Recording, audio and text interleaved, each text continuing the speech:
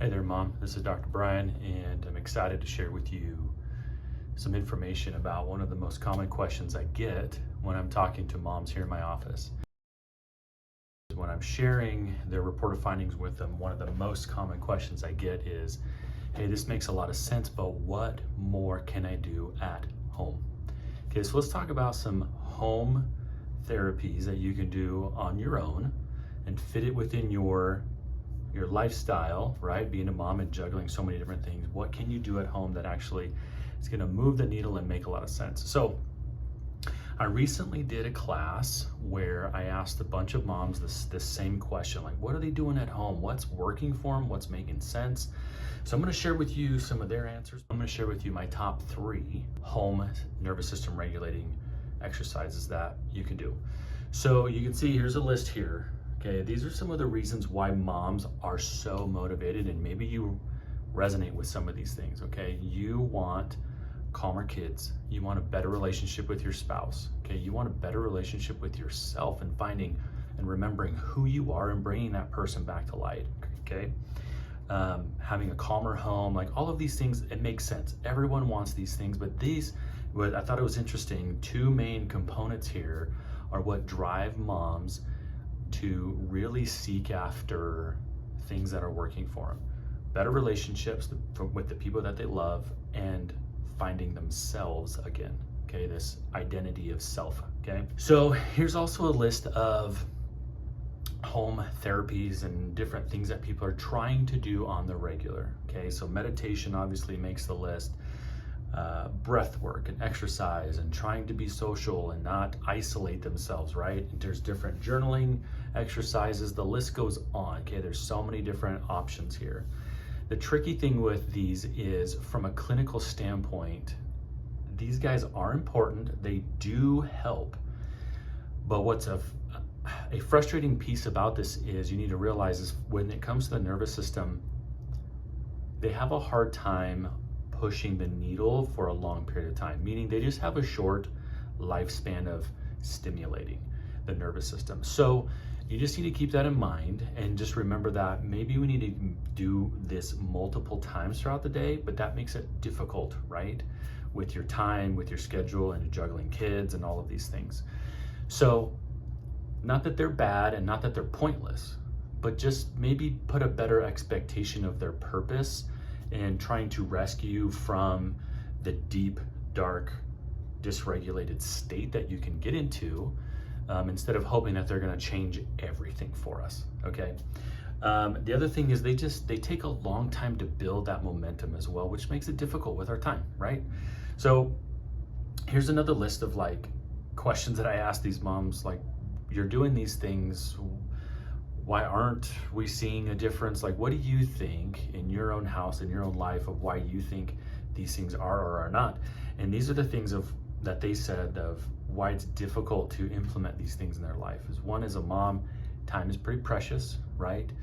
Let alone alone time is almost impossible, right? So we get distracted, there's no privacy. It's difficult in implementing things in my life, especially like this 30 to 60 minute exercise every day, multiple times a week. Not that they're impossible, and I know you know that they're important, but they're just hard to implement into our lives.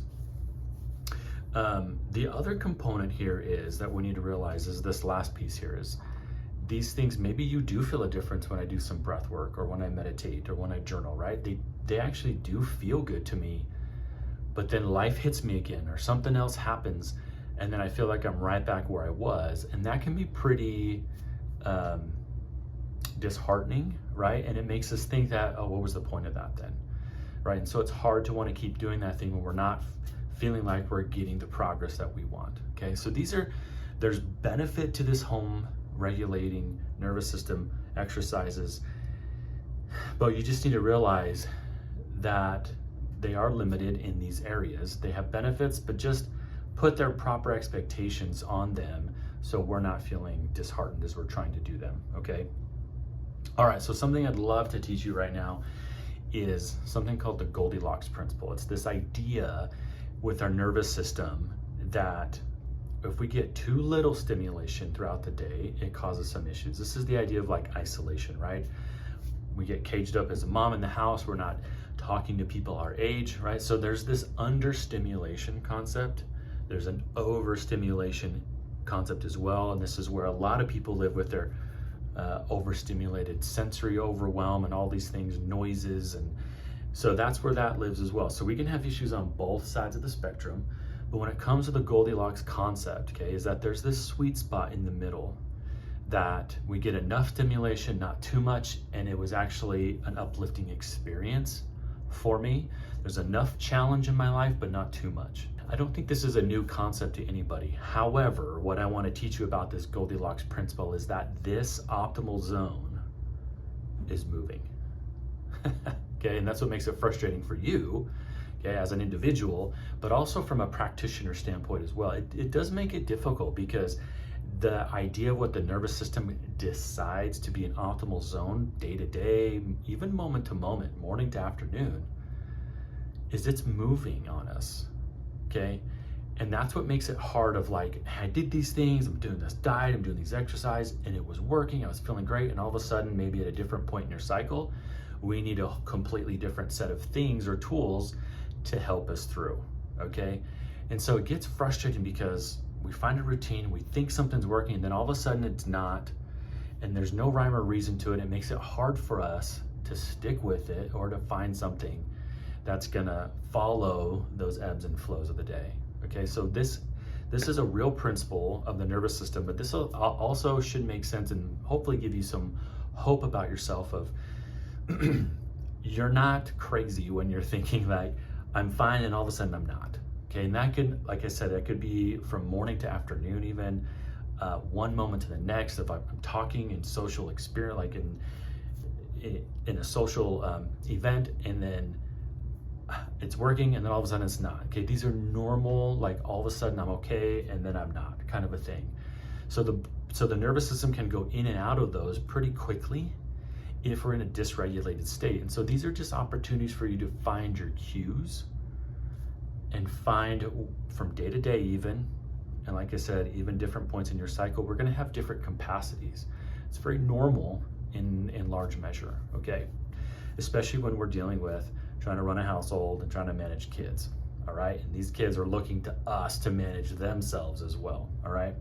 So the Goldilocks principle hopefully is giving you a lot of hope and understanding of what's going on, giving yourself a little bit of grace as well as you're moving things around.